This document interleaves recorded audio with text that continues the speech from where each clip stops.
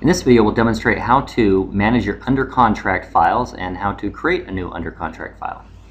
So once you get a contract on a property, you're going to want to create an opportunity. So you go to the Opportunities tab, you select New, and the opportunity name is basically the same as if you had a manila folder and you had a tab on that folder. Let's say it was a buyer that was going to go under contract, so you might write buyer and the buyer's name. Now the customer name is going to link that to an existing contact if you've already created it, and hopefully by the time you're creating a contract you've already got that person in your account here. Lead source, where it came from, and on the sales process, in this case we're going to use the buyer under contract to close action plan. That's going to help us keep accountability on this all the way through the closing. We create that opportunity, and you'll notice that there's some initial tasks. That's the step that it's on right here, and then there's some tasks that were triggered. Now these are all controlled inside of the way that you have your process set up. So if you want to manage your process, there's another video on that, but that's all under the process builder. So when you first create that opportunity, you want to just come through here and you basically go through each one of these sections and fill out the information for the property.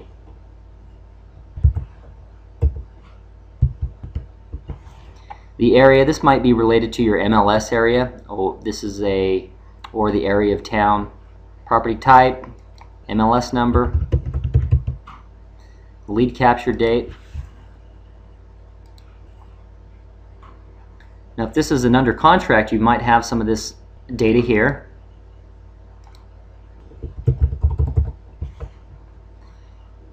So if I'm putting this in on the day the contract came in, then I can put that information in. If I've got a closing due in about 30 days, I'd put that date here. The inspection due date, say my inspection is due in about 10 days.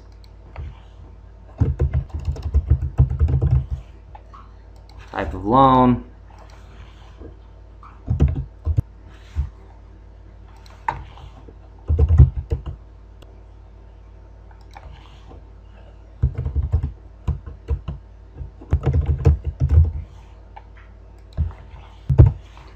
That information in on the commission data.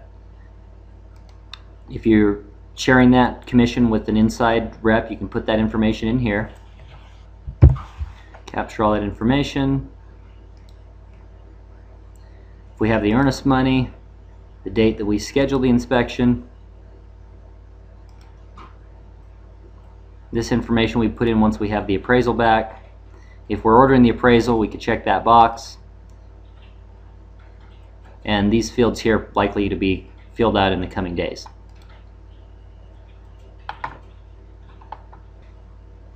Now we also have the tasks. So as those tasks come due, they're going to show up on your home page in your task list. So these would be tasks associated with that particular buyer opportunity. There it is. So if we click that link, we'd go to that opportunity.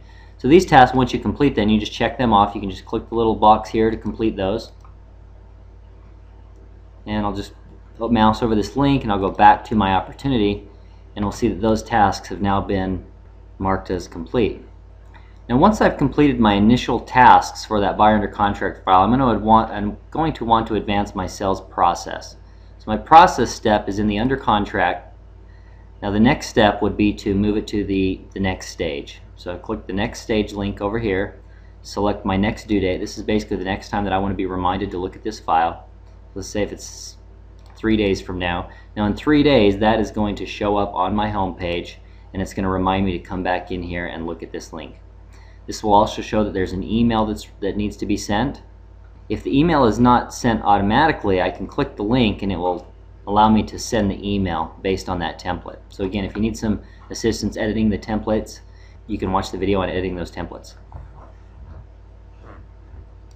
Now until this property is closed won or closed lost, we're going to have a due date and an assigned user for this particular opportunity, and it's going to show up on the home page for that particular person. So that person is going to receive a reminder about that. Now if you want to see a list of all your under contracts, you just go to the opportunities and you'd select under contract, and that would show us a list of all of our under contract files.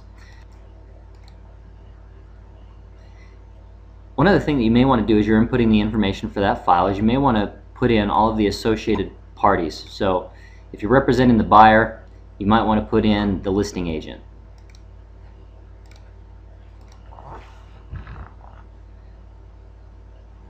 So if Cameron was the listing agent, I could select Cameron from the drop down and I would put him in as my listing agent.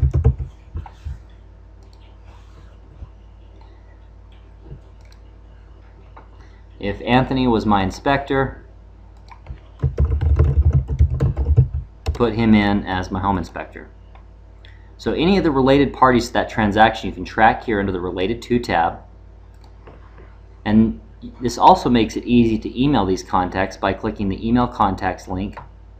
And you can select one of the templates from here to send out. So you can put templates in here that you use frequently, or you can browse from some of the ones that have already been created. And that makes it easy to send numerous people an email related to that transaction all at once.